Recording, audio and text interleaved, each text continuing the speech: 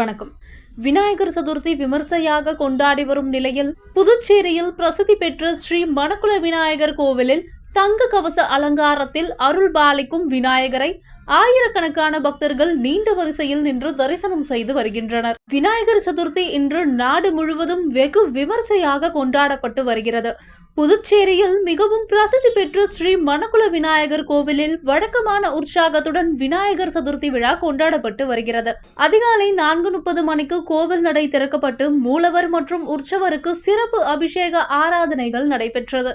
மூலவர் மற்றும் உற்சவருக்கு பால், தயிர், சந்தனம், இளநீர், பஞ்சாமிர்தம் உள்ளிட்ட பல்வேறு வாசனை திரவியங்களை கொண்டு அபிஷேகம் செய்யப்பட்டு மூலவருக்கு தங்க கவசம் அணிவிக்கப்பட்டு பக்தர்களுக்கு காட்சியளித்தார். பின்னர் உற்சவருக்கு அபிஷேக ஆராதனைகள் நடத்தப்பட்டு கோபுர ஆரத்தி, கலச ஆரத்தி, பஞ்ச ஆரத்தி உள்ளிட்ட ஆரத்திகள் காண்பிக்கப்பட்டது. அதிகாலை முதல் ஆயிரக்கணக்கான பக்தர்கள் நீண்ட வரிசையில் காத்திருந்து மணக்குள விநாயகரை தரிசனம் செய்து வருகின்றனர்.